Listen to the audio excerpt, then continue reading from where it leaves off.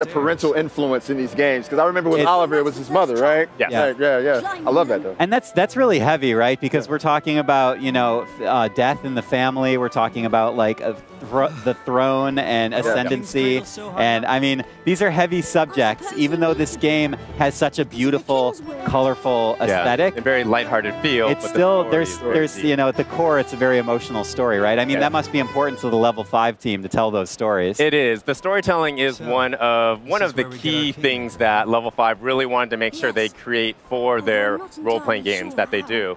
So taking a cue from their partnership with different people that collaborated on the games, on the original Ni no Kuni and on Revenant Kingdom.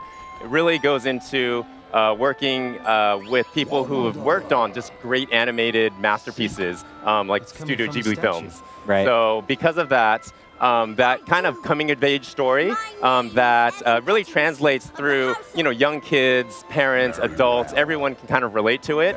There's kind of those threads that go through both the original Ni no Kuni and Ni no Kuni 2 as well. So now we got the demo going already. I mean, easily gorgeous game. Yes. Oh my goodness. So thank you for pushing the PlayStation 4 forward into the future. Yes. But yeah, tell me a little bit about this demo, because this is kind of new footage that we're seeing here. Exactly. So for this demo, so E3 is the first time we're actually doing hands-on of Ni no Kuni 2, which is great. For this demo, at this point in the game, Evan has to pass a trial of courage in order to earn the right to become a leader of a kingdom. And so this is the trial he's going to face. And so he's going to have to battle a really big gorilla. His name is Thog, and you're going to see him in here in a second. And so one of the things, so you will have to battle him to pass this trial. But one thing you're going to notice when you see this footage is that the battle system has been completely reimagined. Okay. So in the original Ni no Kuni, it was kind of a hybrid of real-time action, but also with menus where you kind of gave commands to your familiars and those other characters. Right. Here, everything runs in real time, so it's full action combat. Wow. You'll see right now, Evan, of course, he has a lot of different attacks at his disposal. So he's got different short-range attacks. He can do combos. He has a wand for long-range attacks. He can also cast or use special skills. And so those skills are all kinds of different magic effects. And then one new thing for in the battle system are those little sprite-looking characters. And they are called? And they are called Higgledies. Higgledies! They're Higgledies. I love that. Higgledies, I love them. And so you can see they have kind of a mind of their own, so they have their own intelligence. They'll attack the enemies, they'll do different things, they'll distract them. But at the same time, there's kind of two main functions for them in battle. And so one of them is when you see that little light circle, that's when the Higgledies kind of gather together, and then you can give them a command, and then those commands that you can give them will buff your party. So they will either increase your defense, increase your attack, sometimes they'll heal you. The fire ones, so the little orange-red ones, they'll put up a fire shield that will block most, or if not all, fire damage. And so, so that's one way that you can use the Higgledies. The other is when you're using skills, you can charge those skills, and then the Higgledies that are close to you, they will kind of jump in and they'll augment your skills. So if you have like a water ball attack, like a long-range attack, and then you have the fire Higgledies kind of jump in and augment it, then you'll do like a fire-water ball attack. And so much going on the screen right now. I'm obsessed with these Higgledies, dude. I mean, look, I'm just gonna throw it out there. I'm gonna get a Higgledy tattoo.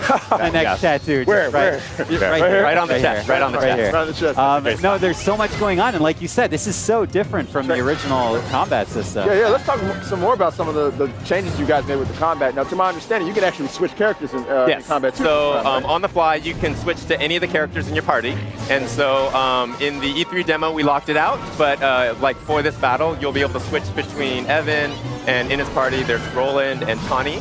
So you can switch on the fly. They all have slight variations of their strengths and skills, and so you can definitely use the different characters that you want to use to battle the different bosses. Nice. Some of the fun little nuanced things as well is So all kind of real-time, combat systems for role-playing games. You can block, of course, you can guard. Right. But then one thing that they incorporated was also it has a just guard feature. That's not the official name, but that's what I'm calling it. So very much like in fighting games, in some fighting games, if you kind of tap that block or you tap block, at the right time, you can basically do a parry.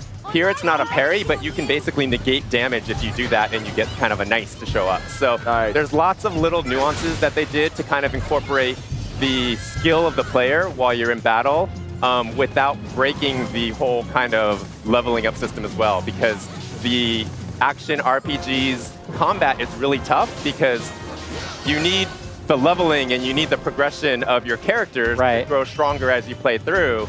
But then if you have control of your characters in like real-time combat, then a lot of times what you're doing doesn't really have a big effect on the outcome of the battles. It's usually okay, well, I'm strong enough, I'm leveled high enough, so I can spam attacks and just make my way through.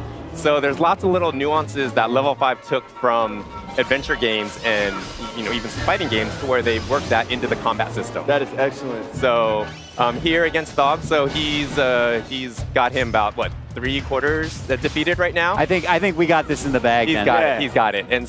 And what's really fun is when you see like the bosses and all the enemies, all their animations and all the character that they have. It's so great because there's all these little details that you don't even notice. Like there's times where he'll kind of stop, he'll kind of scratch his head, and things that are not really necessary for the actual combat, but they're just fun little animations that help give character to not just your characters, but also to the bosses and the enemies and the higgledies and everybody. I almost don't even want to beat this boss. He's kind of cute in his own gorilla-like way. I mean, let's be honest. All right, I know you guys get asked this question a lot, but if someone didn't get to the first Ni no Kuni, can you just jump into this one and play? Yes, you can jump right in. The characters and the story are completely different, so it doesn't tie to the first Ni no Kuni at all.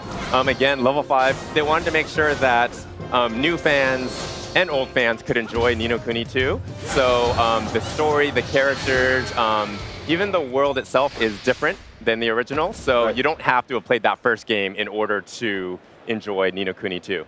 All right, excellent, good. Is there a large assortment of the higgledies?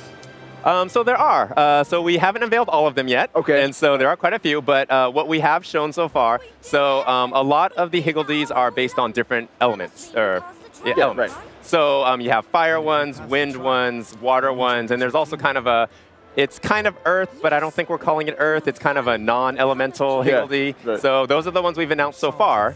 And then there are more. And then what's also fun is there are both the higgledies, and I believe they're called higgledy-piggledies. Are you for the normal guys? Are you joking? And then there are higgledy heroes. And so the higgledy heroes are kind of you could almost call them the leader of each type of higgledies, and those are the ones that travel along with Evan as he goes on his adventure. And the other ones kind of pop up, and they're almost like the minions of the higgledy hero, so for each element. Right. See, my spirit feels